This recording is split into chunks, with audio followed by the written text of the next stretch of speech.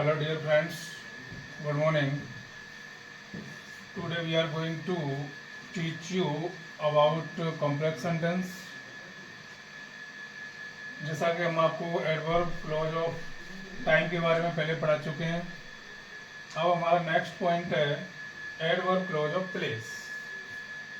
विद्यार्थियों, adverb clause of place एक ऐसा क्लॉज जो स्थान दर्शाता है वह एडवर्ब क्लॉज ऑफ प्लेस, उसे एडवर्ब क्लॉज ऑफ प्लेस कहा जाता है। इनका प्रयोग वेयर एवं वेयर एवर, इनका प्रयोग वेयर या वेयर एवर का प्रयोग करके बनाया जाता है। नोट है, जैसे रूल नंबर 1 है, वेयर का प्रयोग किसी नियत स्थान के लिए, निश्चित स्थान के लिए किया जाता है, जबकि वेनेवर इसका मतलब होता है कि जहाँ कहीं या जहाँ भी का प्रयोग स्थान की पुनरावृत्ति दर्शाने के लिए किया जाता है।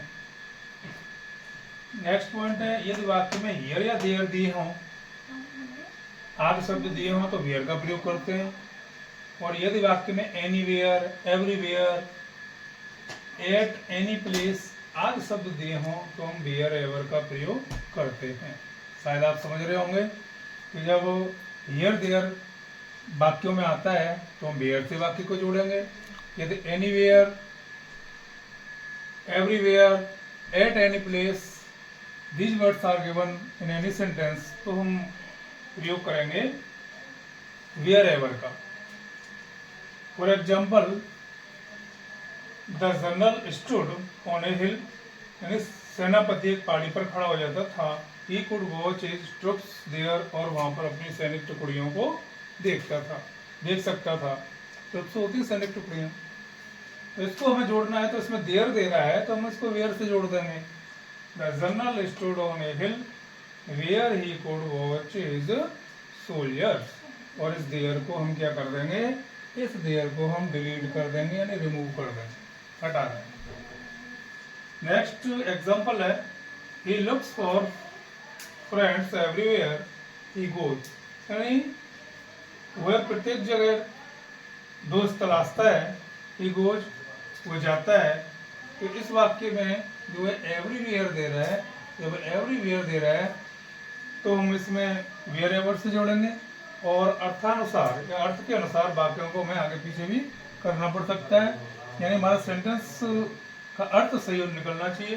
तो वेयर एवर ही गोज, जहाँ भी वह जाता है, ही लुक्स फ्रेंड्स, वह मित्रों की तलाश करता है।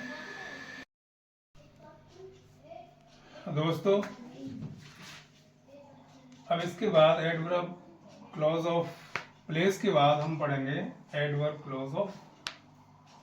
क्लॉज ऑफ कॉज, यानी एक ऐसा वाक्य जिसमें एक में कारण व दूसरे में उसका परिणाम दिया हो, तो उन्हें जोड़ने के लिए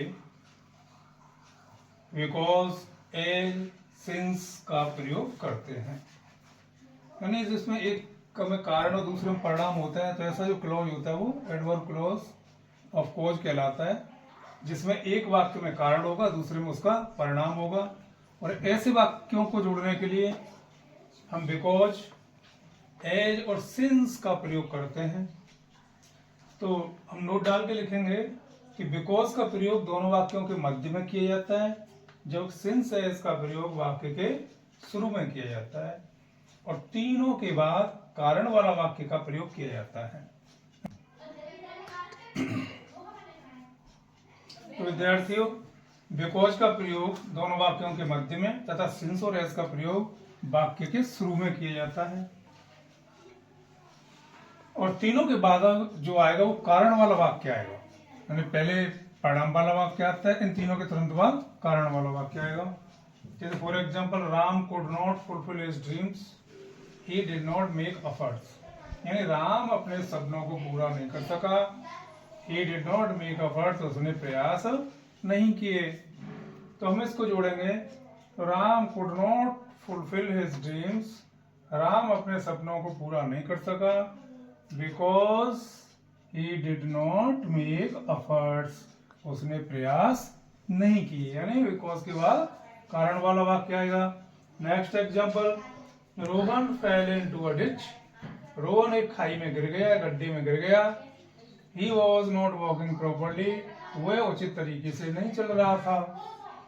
तो एस से जोड़ेंगे या सिंस से भी जोड़ सकते हैं। As Rohan was not walking properly, ये कारण वाला वाक्य है, तो उसका परिणाम क्या हुआ?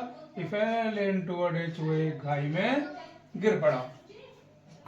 तो ये हमारा होता है एडवर्ब ऑफ कॉज, कारण दर्शाने वाले। इसमें हमारे बिकॉज, एज, सिंस इन शब्दों का प्रयोग होता है। अब हम आगे देखते हैं adverb clause of purpose. Purpose होता है उद्देश्य, यानी एक ऐसा वाक्य या ऐसा क्लॉज जो उद्देश्य दर्शाता है, उसको हम एडवर्ब क्लॉज ऑफ पर्पस बोलते हैं।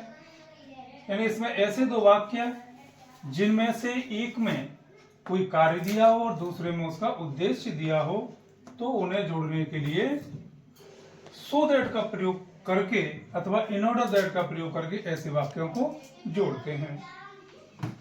नोट है, यदि प्रथम वाक्य में कोई प्रेजेंट टेंस दिया हो तो दूसरे वाक्य में मे प्लस फर्स्ट फॉर्म का प्रयोग करते हैं, और यदि पहले वाक्य में पास्ट टेंस दिया हो तो दूसरे वाक्य में माइट प्लस एम फर्स्ट का प्रयोग करते हैं।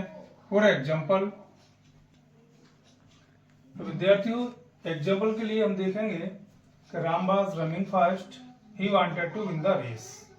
तो हमने एक चीज और है, ये हमने आपको कंपाउंड सेंटेंस में इन्फिनेटिव में ये पढ़ाया है कि अगर इसमें कोई उद्देश्य मिलता है तो इस उद्देश्य को दूसरे वाक्य के साथ जोड़ दो। लेकिन हमें ध्यान ये रखना पड़ेगा कि हम कंपाउंड सेंटेंस पढ़ रहे हैं, कॉम्प्लेक्स पढ़ रहे हैं।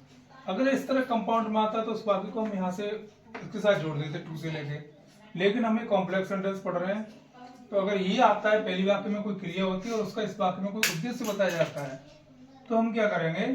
Ram was running fast, Ram तेज दौड़ रहा था, सो दैट ताकि he might win the race, वह रेस जीत सके, दौड़ जीत सके।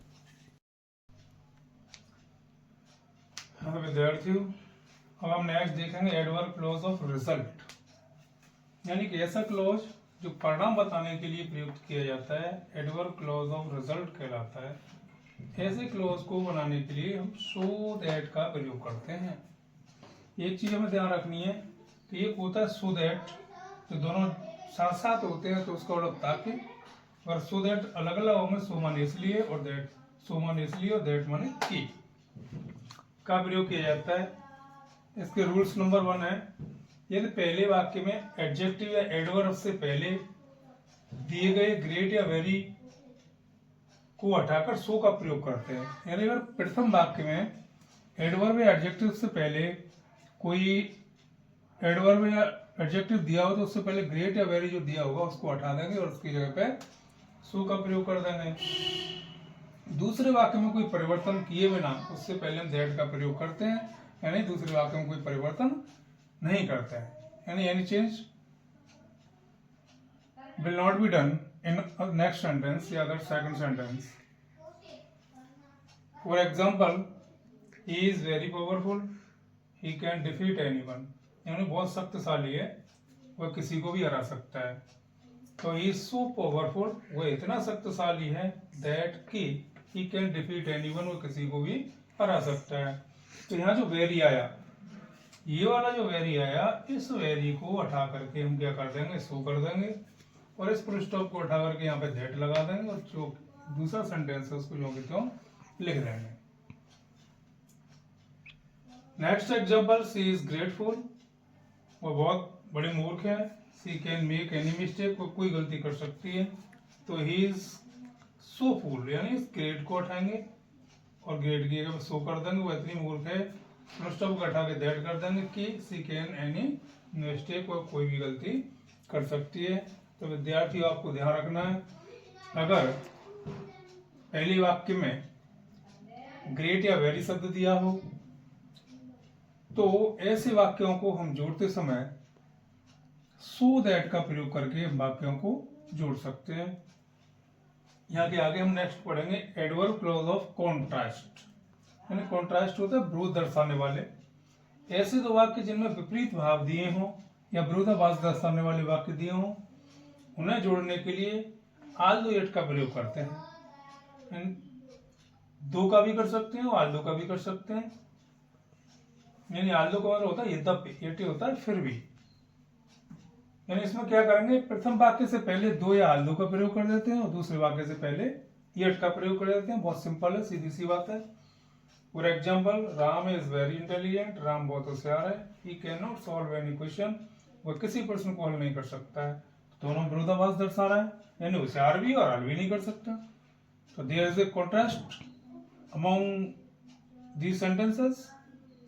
तो although Ram is very intelligent, यद्यपि राम बहुत होशियार है, फिर भी वह कोई प्रश्न हल नहीं कर सकता है।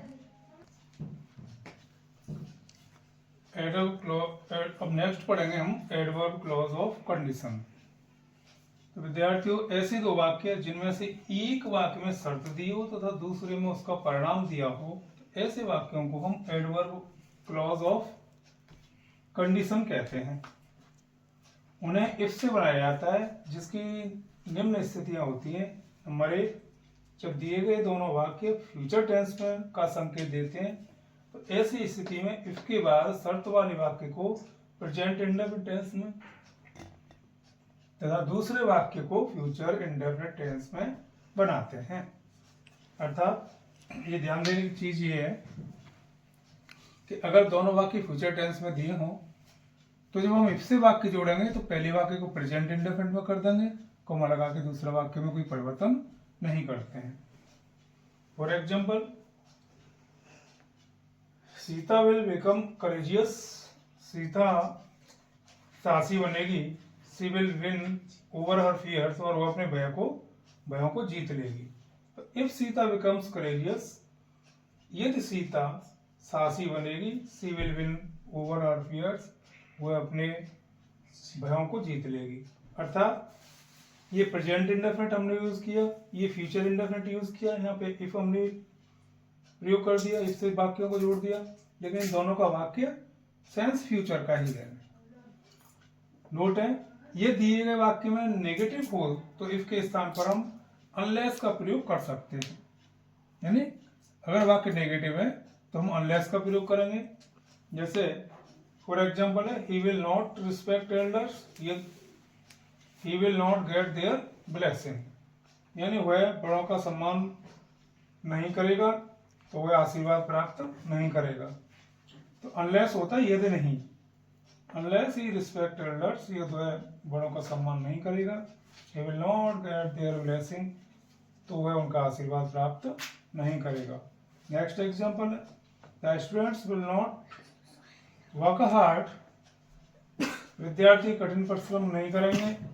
दे will not get good marks, वे अच्छे अंक प्राप्त नहीं करेंगे। यानी unless the students work hard, ये अपने प्रेजेंट इंडेफिनिट में यूज किया। यदि वे कठिन परिश्रम नहीं करेंगे, they will not get good marks, इसमें कोई परिवर्तन नहीं करेंगे तो वे अच्छे अंक प्राप्त नहीं करेंगे। तो हमने पहले अनलेस लगाया और इसके बाद हमने इसको प्रेजेंट इंडेफिनिट में चेंज कर दिया और दूसरा फ्यूचर इंडेफिनिट में जो क्यों रखेंगे। तो विद्यार्थियों, हमारा जो टॉपिक था सिंथेसिस, ये हमारा समाप्त हो चुका है और I hope that you will understand it properly. और अगर आपको कोई भी प्रॉब्लम होती है तो आप कमेंट में लिखें।